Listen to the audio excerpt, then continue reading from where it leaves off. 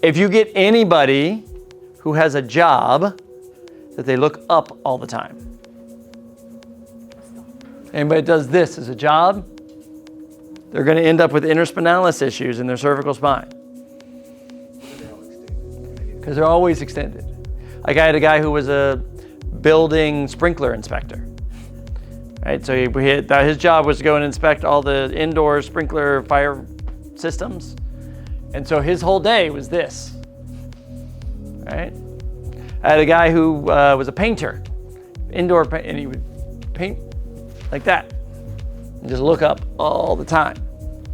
Swimmers in some way, right? There's a lot of extension in the head as they swim. Scuba diving, a lot of that stuff, there's a lot of extension.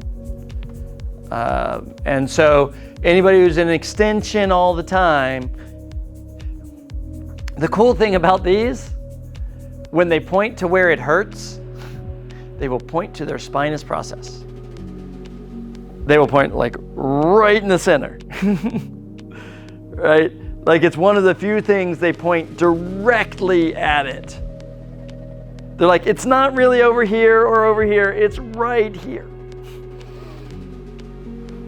And they will point directly at the spinous process. Hey, I'm Brendan Rhodes. I'm the Director of Admissions here at CNS. If you think this is the kind of community that you want to be a part of, we're looking for passionate people like you.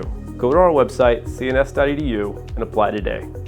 We look forward to hearing from you. This guy with the sprinkler inspector, when I put him down prone on the table, I had to put the headrest much lower to get him to tuck his spine and open up.